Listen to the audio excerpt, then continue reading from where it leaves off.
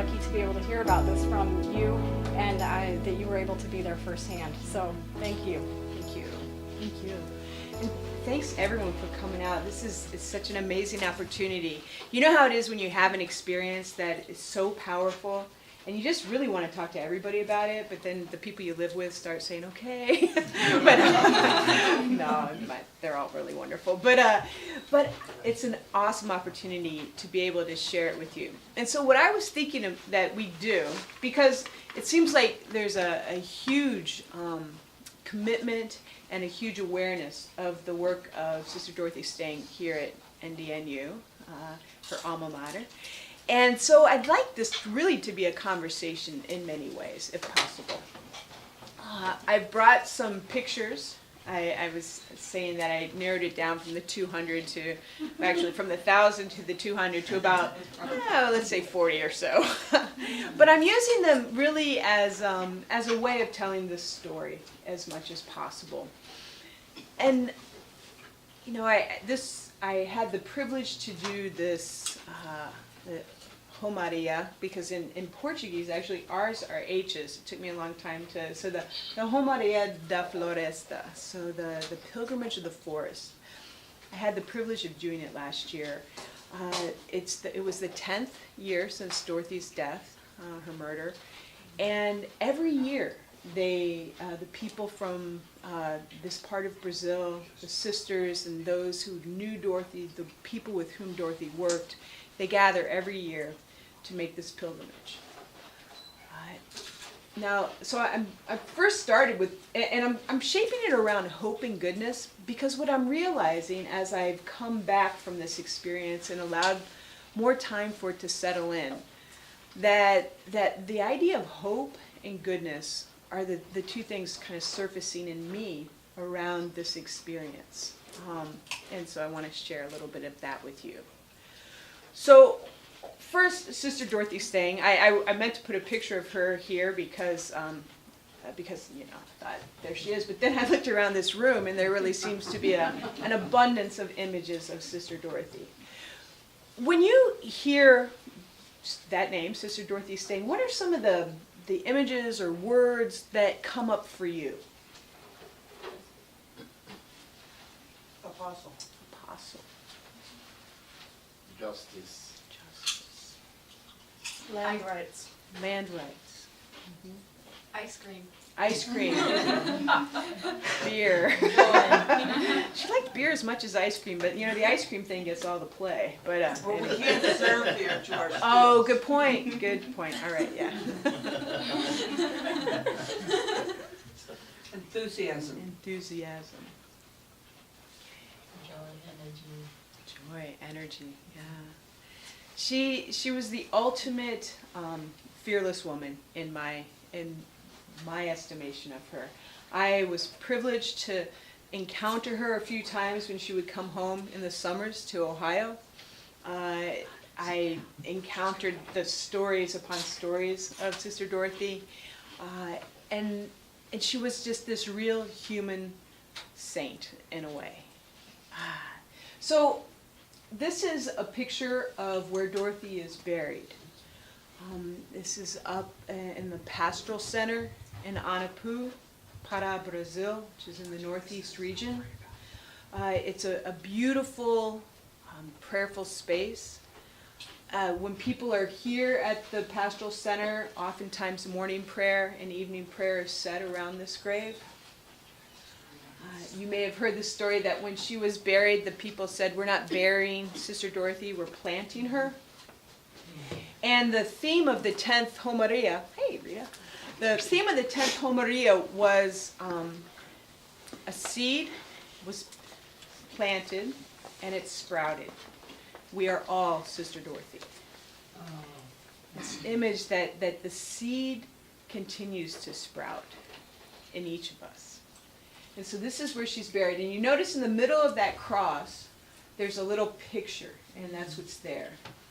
It's a wonderful image of Dorothy, just that energy that just sort of leaps out at you.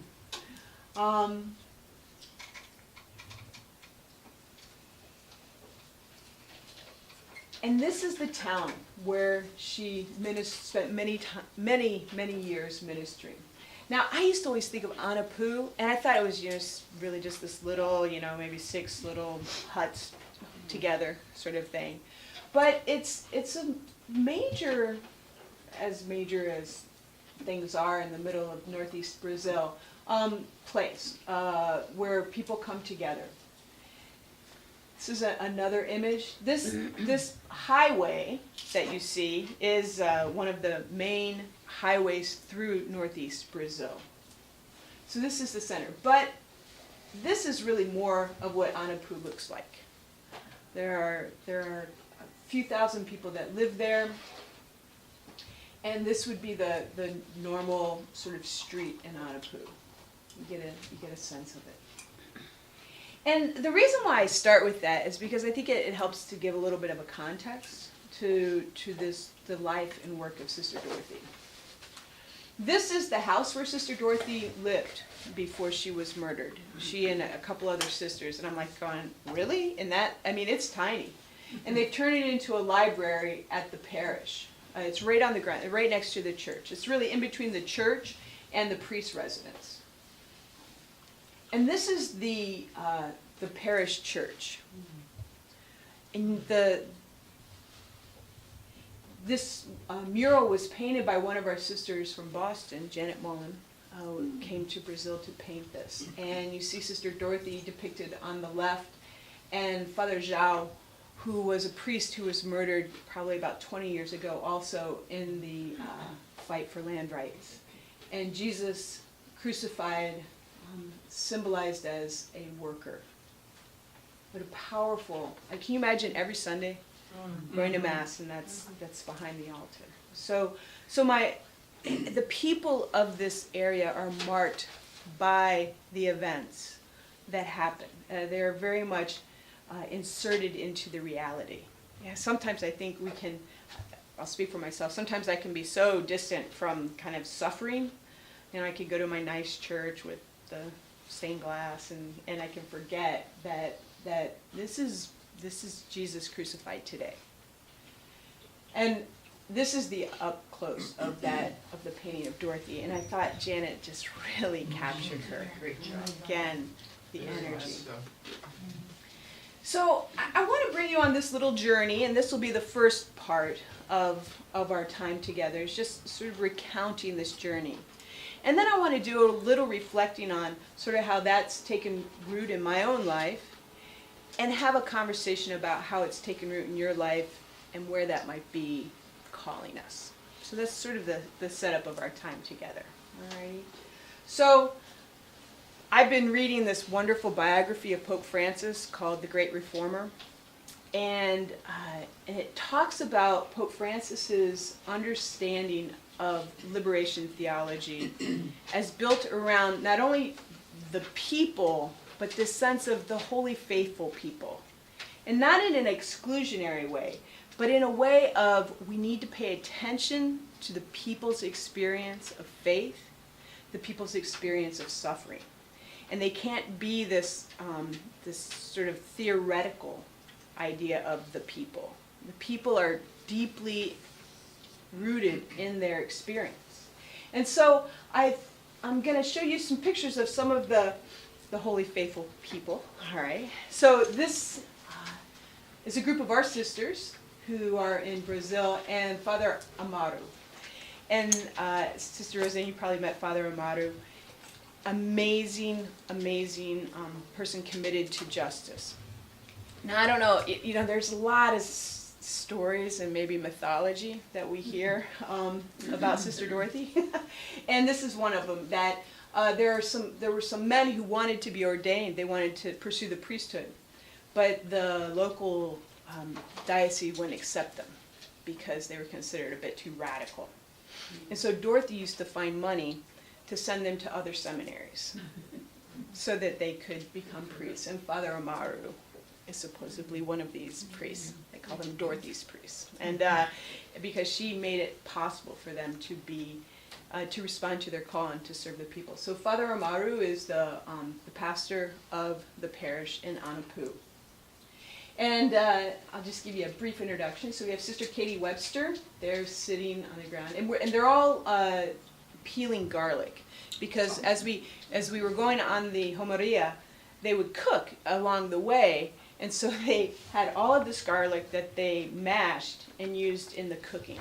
And let me tell you, it was delicious. All right. So, but we needed to peel all the garlic, so we did that. And I've never seen so much garlic in my life. All right. So Sister Katie Webster, who lives in Anapu, who's really picked up a lot of the work that Sister Dorothy did, working with the people for land rights. Sister Ludins, who is presently changing ministries, but she's looking in a new area of northeast Brazil, but she is trained in the theater of the oppressed, which is a wonderful form of art where you go into places that are struggling with particular issues, and you use theater to depict what the struggle is, and you invite the people into the actual play to solve the issues. It's a very powerful form of social engagement. And Sister Socorro, in the red shirt, she is presently living in Belém, in our community there. Sister Rita Reboin, which is a great name in Brazil because she's Rita Raboin, because R's are H's, right?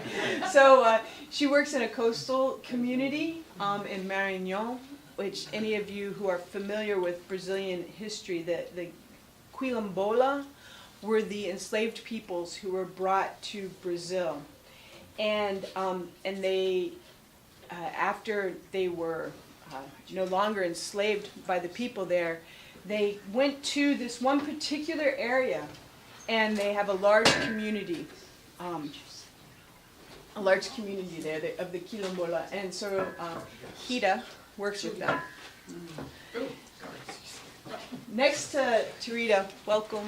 Next to Rita, who you can't see, is Betsy Flynn, who's another sister from the United States who has been in Brazil for years.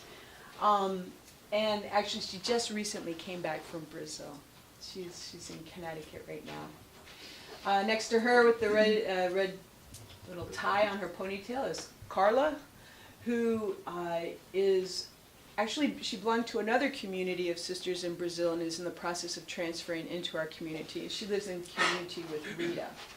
And then closest to us is Tecla da Silva Gaia, who works with youth in Belém, and she was my bodyguard. She was my she traveled with me all the time to help translate because I know so little Portuguese. All right. So this is part of the Holy Faithful people, but what I love about our sisters in Brazil is they're so connected to the community. The doors of their homes are in and out. I mean, everybody in and out, and they have such an expansive inclusion vision of life.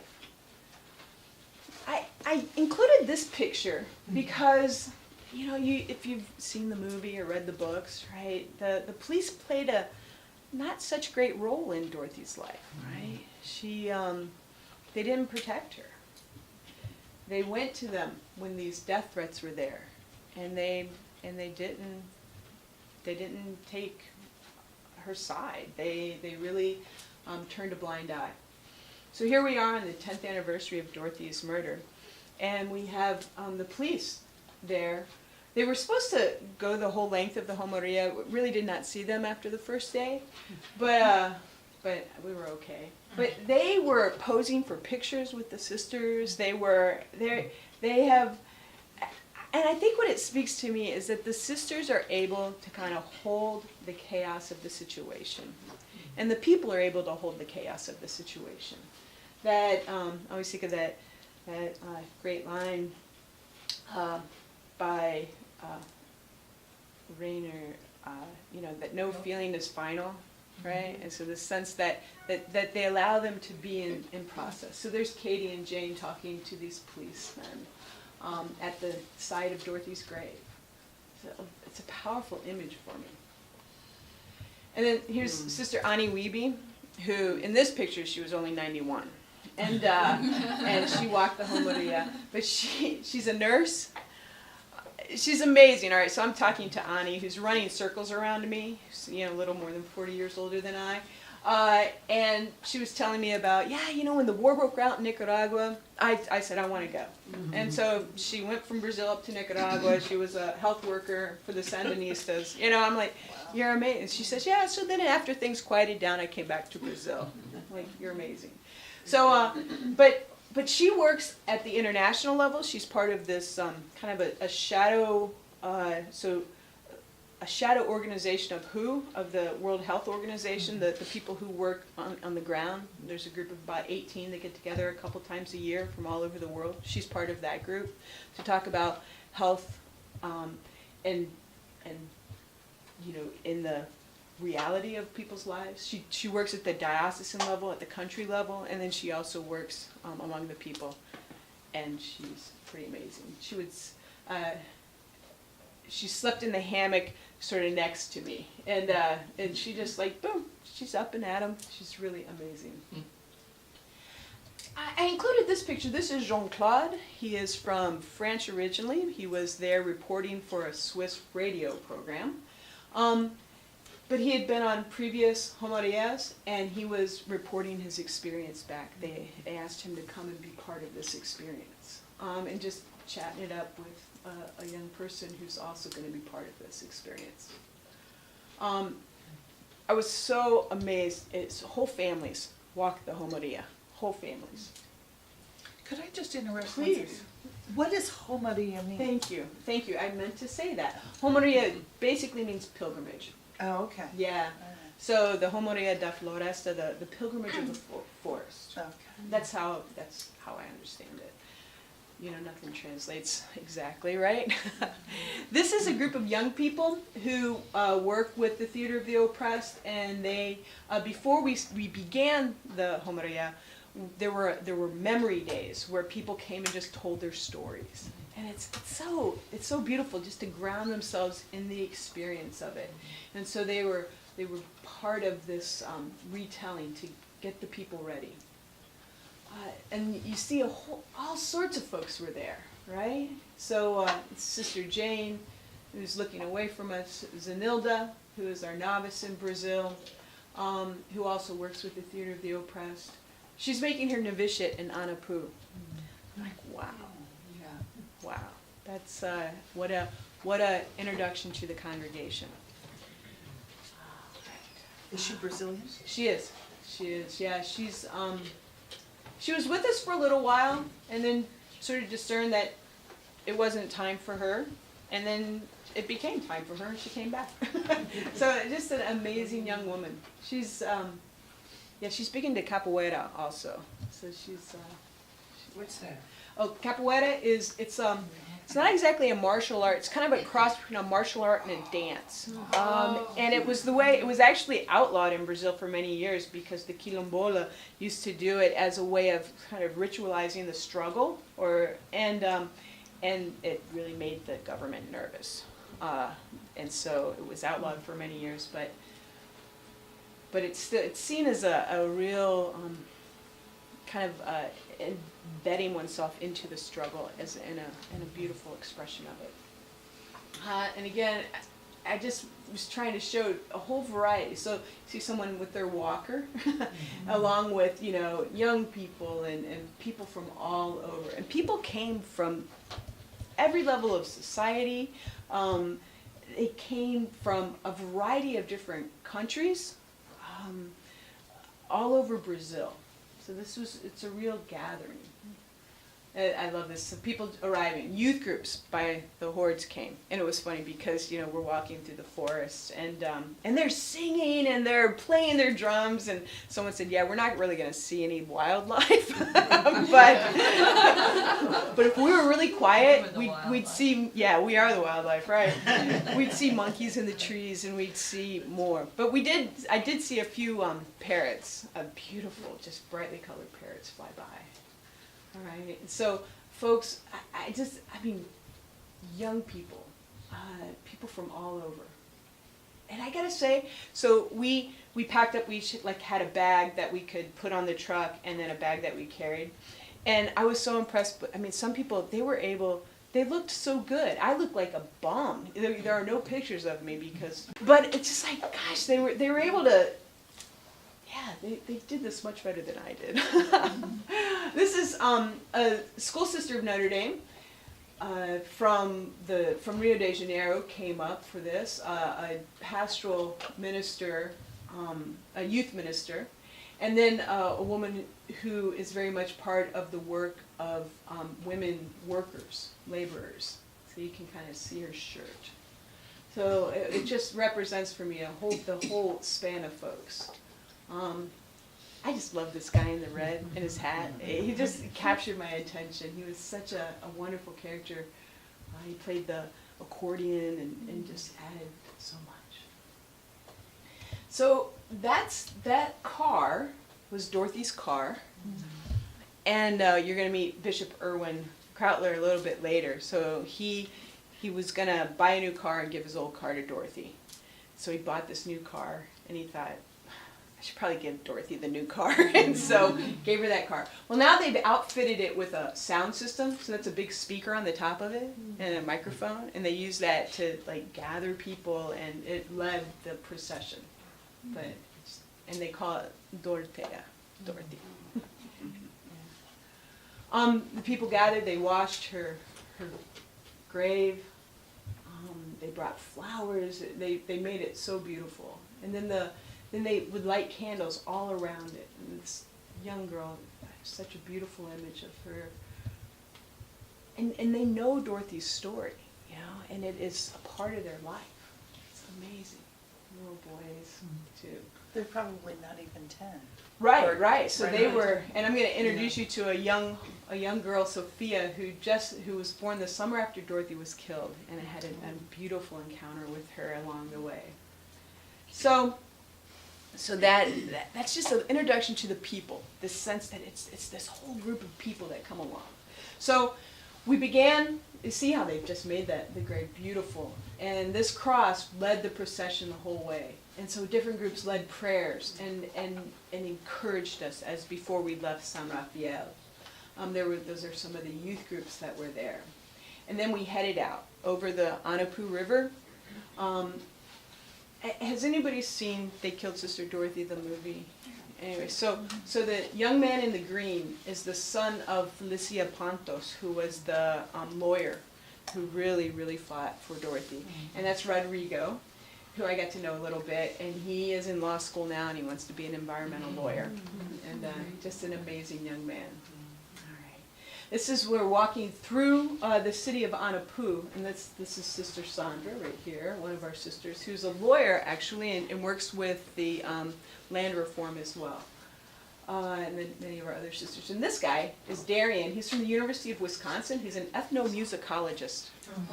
Is that like the coolest thing? So he's trying to put together a documentary on the music of the Romaria and how that shapes and expresses the people's realities. A couple of our sisters, Sister Jo Depwick, who is, I think, 82 and just had a knee replacement. They're like all running circles around me, and then Sister Tekla and then Katie leading the procession. We each took turns.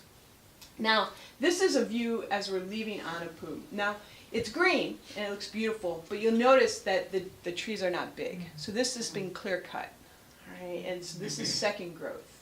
Every once in a while you'll see cattle ranchers, but you get a sense of what's going on. And I asked Sister Katie, I'm like, how long ago was this forest? And she said about 10 years ago. And all this, and so the Romaria is 34 miles, and I'd say it wasn't until the last 5 or 6 miles that we were actually in virgin rainforest. Everything else has been clear cut. We woke up, we would stay overnight in various places. We were in a grade school the first night. We just hung up our hammocks in the classrooms.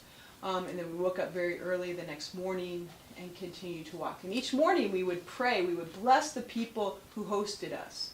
And we would pray that day. So we'd begin each day with scripture, and each day had a theme. So the first day the theme was memory, and they had scriptures about memory. And then the second day, this is the second day, the theme was rebellion. Rebellion defined as fighting for the highest right, and that is the right of the human person to have life and dignity and work. And so we prayed with scriptures and we sang each morning, and then we walked and walked. So there's a lot of walking.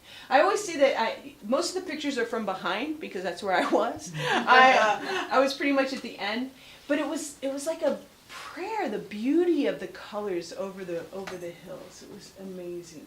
Did people really walk in flip-flops? Can you believe it? Yes. 34 miles? Unbelievable. Yes. And I was feeling very wimpy because like I had my hiking shoes on and I was still in pain.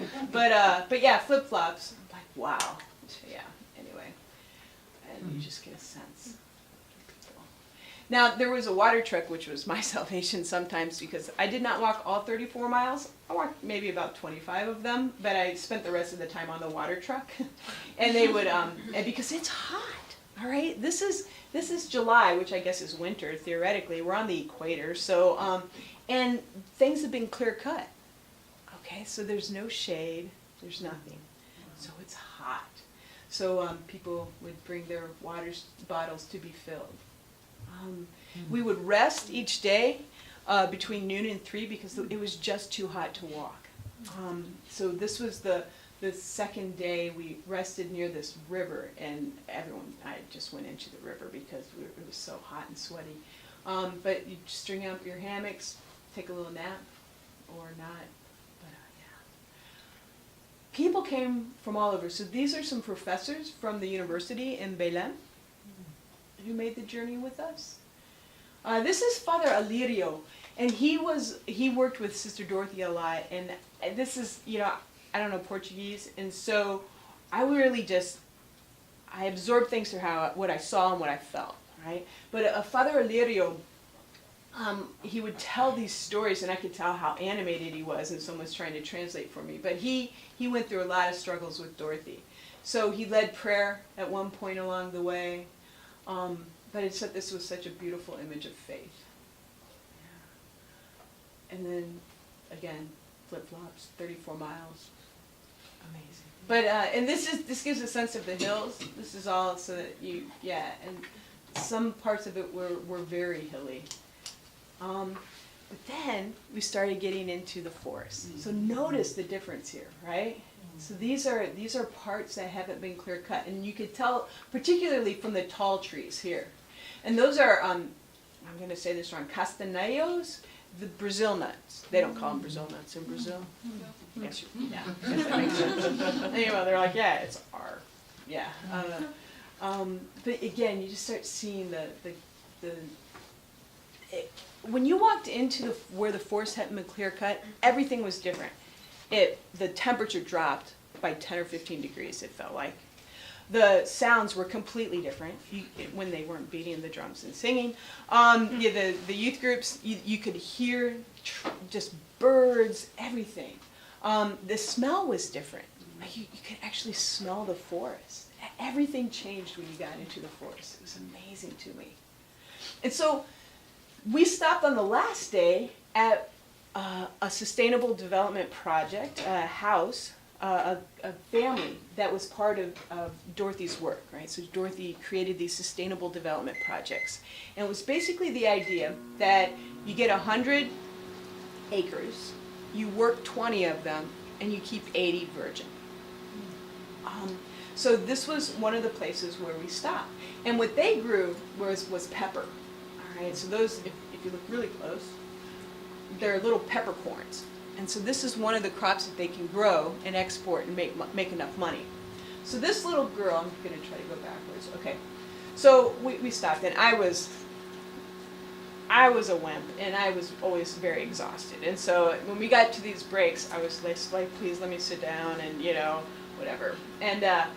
And so I was sitting inside the house, and Sophia and Mateo were there. And Sophia was speaking to me through a translator. And she says, "Did you know Sister Dorothy?" And I'm like, well, actually, yeah, I met her a few times. And she said, "What was she like?" And I'm thinking, little kid, so I'm like going total fluff. Oh, she was really nice and funny, and you know, she liked ice cream, and the girl just stops me short, and she says, "My grandmother told me she was a guardian of the forest." Oh. And I'm like, yeah, and that too, you know.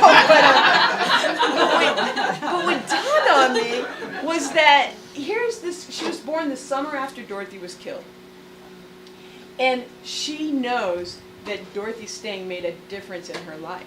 That her life is lived in this particular way because of the risk that Dorothy Stang took. And I was like, wow. So Sophia schooled me a little bit that day in a really good way. And then Mateo's just cute, right? But Mateo's dad's name is Mateo, and Dorothy had helped him to get this place. So amazing. So again, what's interesting is you think once you're in the uncut rainforest that it's going to remain uncut, but no. I mean, you're walking through, and then all of a sudden you're in a place like this that there has been, you know, people have come through and cut. But then you're back into a more dense forest. I love this picture. This is one of the local leaders in Anapu, and they have taken up. Well, not taken up, that sounds patronizing. They were part of that struggle with Dorothy, and they continue to carry it on. And to speak about the need for land reform, because it's not over. I mean, the Sustainable Development Project is still under fire all the time. And this is a great example of it. So that greenhouse is a guardhouse that's at the entrance of Boa Esperanza, which is where Dorothy was killed, which is this beautiful, beautiful section of the rainforest. And the way that guardhouse came about is that the people of Boa Esperanza were seeing illegal loggers just dragging huge trees out of their area again and again. They finally got sick of it, because, you know, they'd call and nothing would happen. So they decided, you know what, we're going to sit across the road. So they sat across the road on either side of Boa Esperanza for 9 months.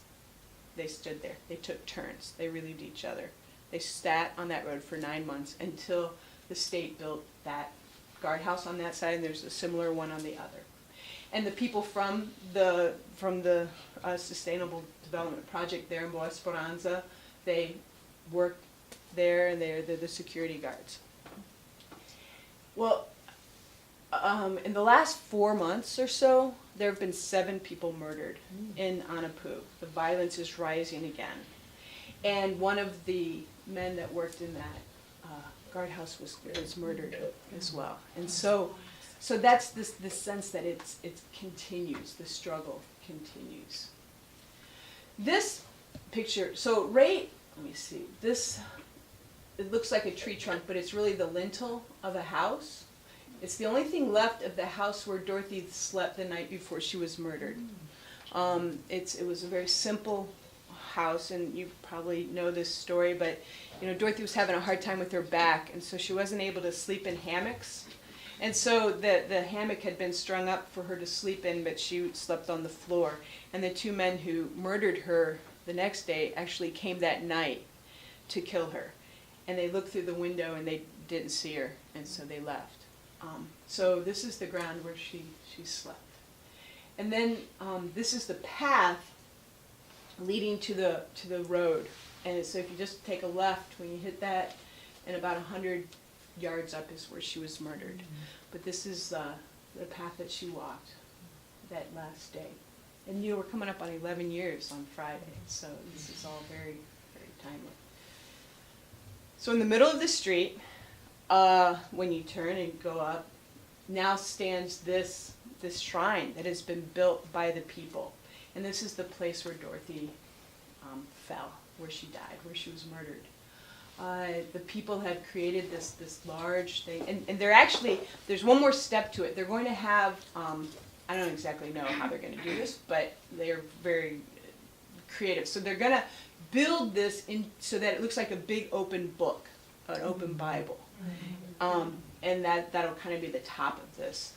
But this is, and they placed fruit and everything there because the people said, you know, who were trying to get them out of there said, oh, this land, nothing will ever grow in this land. You're crazy to try to start something here.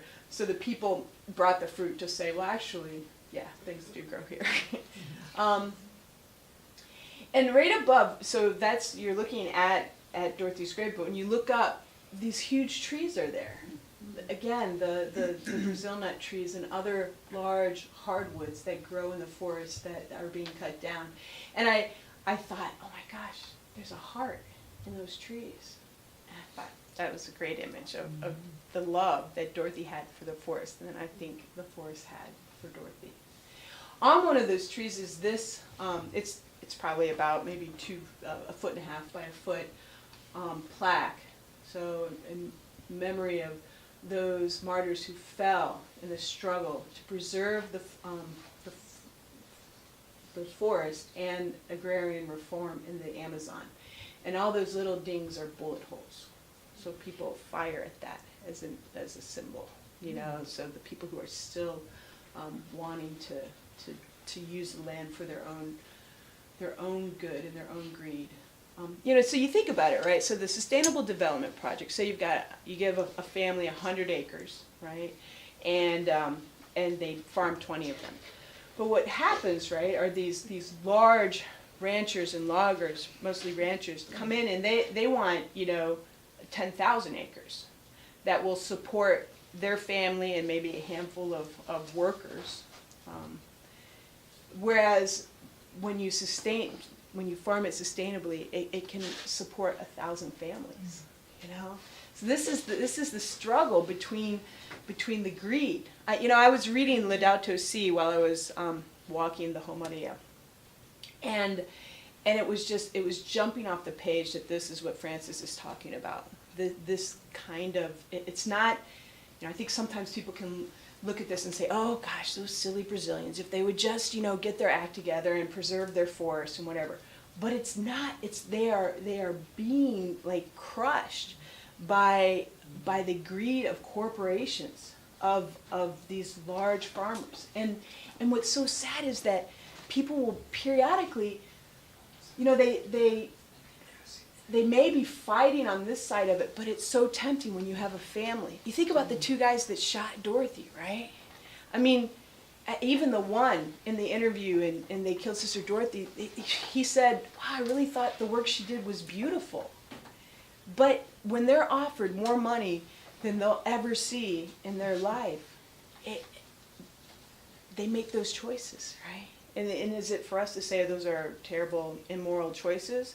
Well, if you have a family that you can't feed, I mean, this is the lived tough stuff. And so I think, you know, that Dorothy, the way she talked with those men who ended up killing her, I mean, to the end, she was trying to evoke the humanity that cared for the larger picture. But I got to think that she knew their struggle, you know, so she would not stand in judgment. So we were headed to, this is actually where Dorothy was headed to when she was murdered. This is the community center, which has been renamed. The community center, Sister Dorothy Stang, PDS, which is Sustainable Development Project, Esperanza. Right, and so what does Esperanza mean? Hope. So imagine, this is all sorts of dissonance going on, right? I got the opportunity, I want to keep track of time here. Okay. I got the opportunity to stay the night at the sister's, the sister of one of our sisters' house. And let me tell you, I was really glad because the hammock situation, we were all really close and I was having a hard time. And so the opportunity to sleep in a house was awesome. So I jumped at it, of course, so I could meet Sandra's sister. But so this is her little house. And you notice there's not like large growth around this. This is the actual land where the guys who hired the people to kill Sister Dorothy, they had gone and they had burned out the people who lived here. Because this is what they wanted this land for their ranch. And it overlooks this amazing, just the vistas. It's beautiful. So this is what they wanted. Well, now Sister Sandra's sister lives here with her beautiful family. And I thought, wow, this is hope. This is justice in many ways, but yet they're still fighting because they are still under threat. Aren't they beautiful? So these are Sandra's nieces. Also on that same land they're building a school, the Sister Dorothy Stang School, which is another sign of hope active. This is Bishop Erwin Krautler, who celebrated the Mass for the 10th anniversary right at the place where Dorothy was killed. The bishops should smell like the sheep, and everyone just cheered because he is one of those guys that smells like the sheep. This is the mother of one of our sisters. This is Sandra's mother, and she did the reading for the Mass. And he preached a beautiful homily on hope.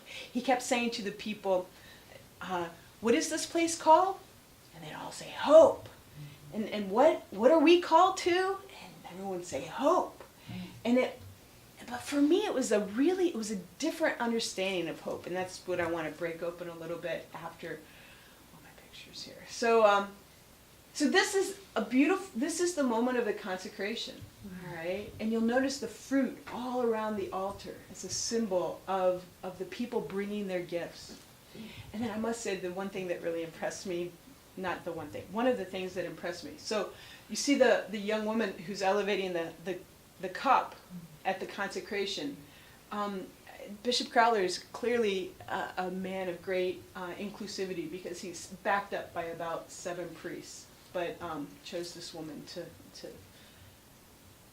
take this ministerial role. And then after the Mass, everyone cut down the fruit and shared it. And again, it's just this image of this is what we're called to. We bring our gifts, we offer them to God, we receive these gifts back for the sharing among all the people. Because this was the 10th anniversary, they put on a little play of all the different years. The one thing I want to point out, though, you notice the fruit how that's hung up here and that over this broken. It looks like this thing is broken right here. What had happened is that it was beautifully decorated, and during the night, some folks who were again kind of against the land reform came and they tried to destroy it. But I mean, that's their life, right? And they were able to not let that affect the spirit of the celebration. Then afterwards, again, another huge meal where everyone, with that garlic that you saw in the beginning. So at the community center. So it's this weaving of all of these pieces, and the people keep showing up, and they believe in it. So this is the Romaria. I had the opportunity, it was a 15-hour bus ride from Belém to Anapu that just about undid me. And so I'm like, is there any other way that we could get back to Belém? They're like, oh yeah, you can fly. And I'm thinking, my time's limited here in Brazil. I think maybe we'll fly. And so my bodyguard and I, Tekla, we flew. And that's a whole nother story. But one of the things that we did is we flew over the latest piece of destruction, and that is the Belamonte Dam that they're building. This dam is going to displace, I think they said, 40,000 indigenous peoples. That's unbelievable. And the reality is that the dam will never function at more than 80% of capacity, and that would be lucky. This is a huge example of the corruption between construction companies and the government. Now the government will say, no, we want everyone to have access to electricity, which is a noble thing. But at what cost? And I think these are huge mega dams, and so I think there's like 5 that are in planning that will displace hundreds of thousands over by that time. So it's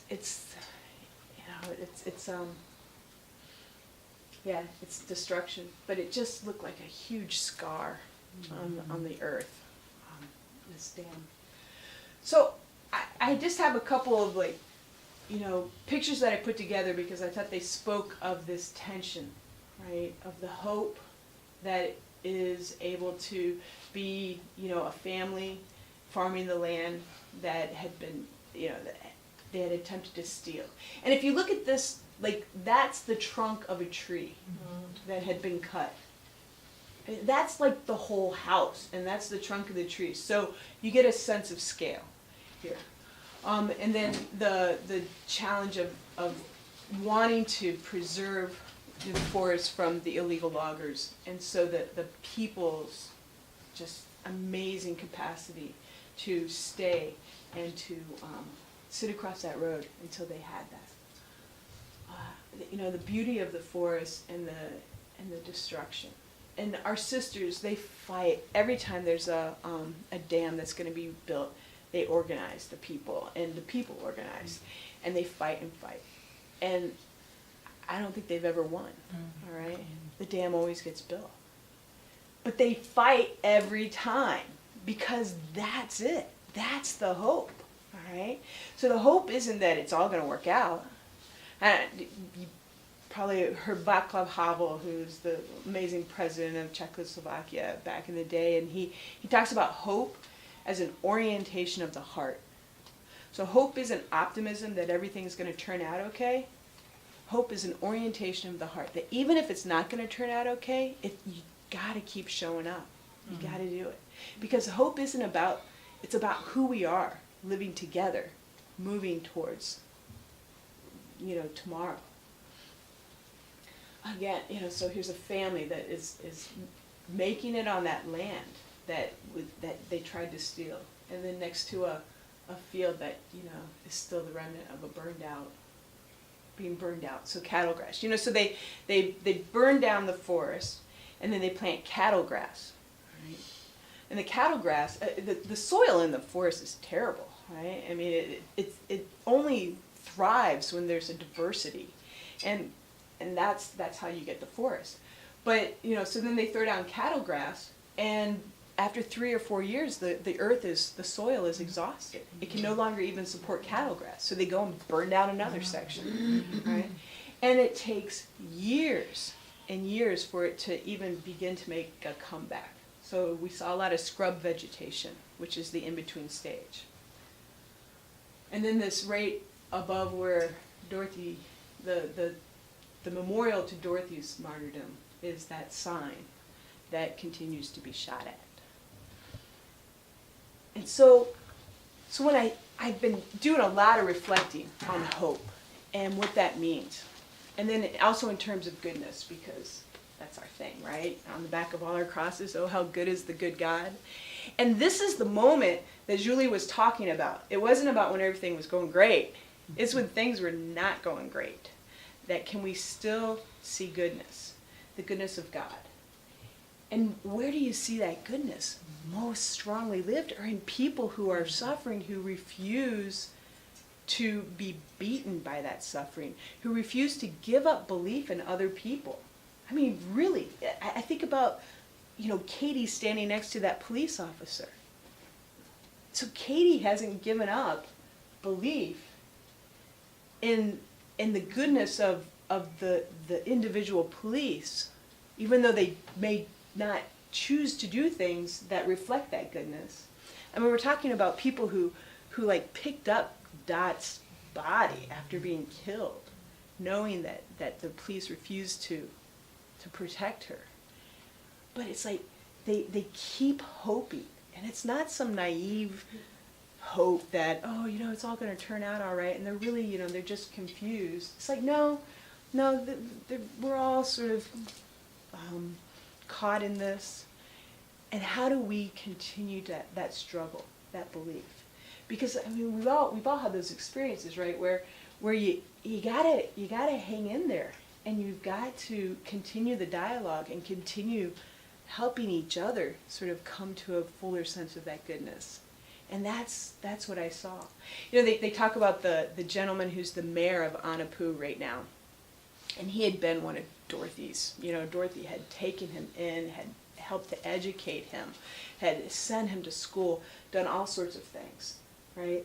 And then there came a moment where he saw an opportunity for financial gain. And he, decided that was where he was going to put his feet and his energy. And he, gained from that. So people, they look at the mayor of Anapu as this person who took all of that Dorothy had to offer, all the goodness, and kind of walked away and more than walked away. But how do they keep working? How do they keep calling that forth from him? You know, and I sometimes think that's all of us, right? You know, how do we keep seeing the goodness in a person, even when it's not really that visible? You know, and for Saint Julie, who founded us, who said, "Oh, how good is the good goddess?" She's being, you know, kicked out of her diocese by her bishop, who's being turned on by her sisters who don't think she's quite holy enough, you know, and those things, but yet she can see goodness. I often think it's because she knew, right, that each of us are created in God's image, and so that goodness is there.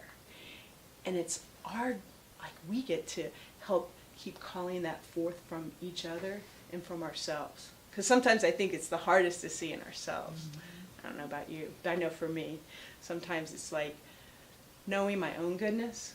If I can't know my own goodness, I'm never going to know another's goodness. And then this idea of God being good is just going to be a crazy thought, right? So these are all just kind of random thinkings here about hope, this hope that is embodied in a people who know themselves as having a past and who know they have a future. And they keep showing up. It's just, that's how I hope is just, you keep showing up. It's embodied.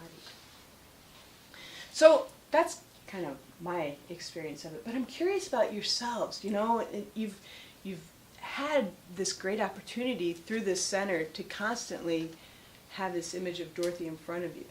And you've had the benefit of the book that Sister Roseanne wrote and other reflections on Dorothy in the movies. What's your experience of hope as you look at Dorothy's life and you look at your own life? So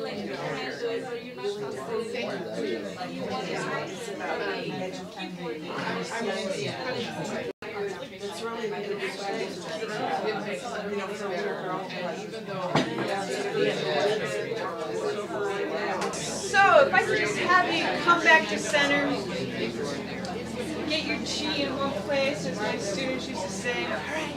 Yes, I do, but All right, these conversations, and I guess that's my invitation, right? Is that we keep finding these places to speak of the hope, a hope that is not an optimism that doesn't recognize the challenge, but a hope that it's so deeply rooted in our belief in a God who is good and in our brothers and sisters who are good.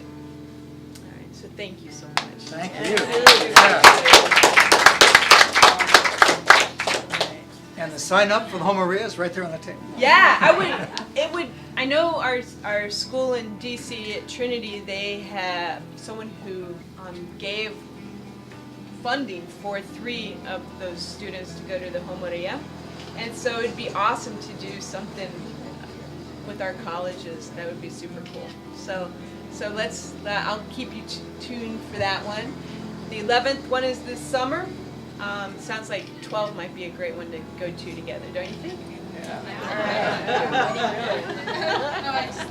So, Sister Kristin can stay around and talk, so please grab some more food, grab a plate, load it up, and let's chat. And I'll get some more cold water. And Awesome. thank you very much for that Thank amazing you. presentation. Thank you.